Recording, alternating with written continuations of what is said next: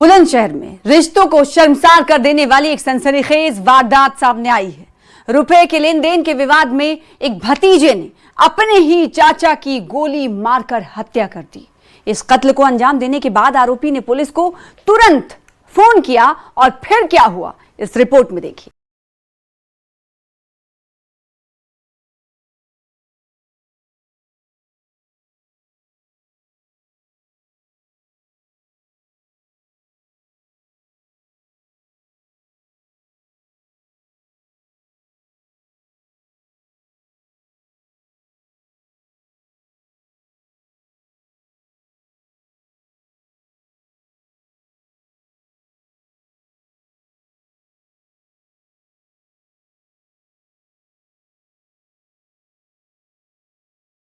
को वो खत्म करना चाहता है और मौका पाते ही चाचा को गोली मार दी। यही नहीं, आरोपी ने खुद पुलिस को भी फोन कर बुलाया और बताया कि उसने अपने चाचा की हत्या कर दी। का जमीनी विवाद था पहले, जो ब्रजमोहन है मृतक, इसने पहले जमीन किसी को गिरवी रख दी थी जहांगीरपुर में।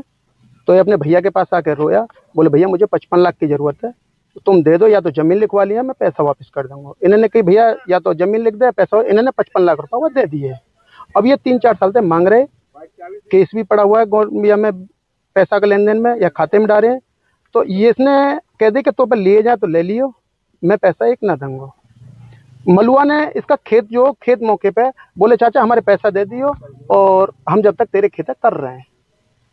या ने कह दिया अगर तू मेरे खेत पे गयो, ब्रजमोहन शर्मा ने कह दिया अगर तू मेरे खेत पे गया तो मैं तो जानते मार दूंगा।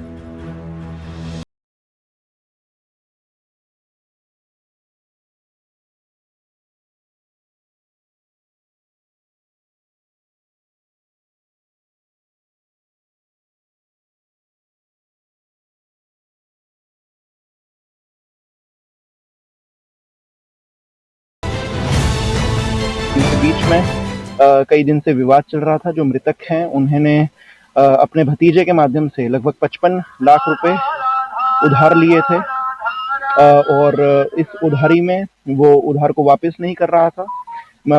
भतीजे के कई बार कहने के बाद भी वो उधार वापस नहीं कर रहा था, जिस कारण भतीजे ने इनके खेत पर अपनी फसल जोत ली थी।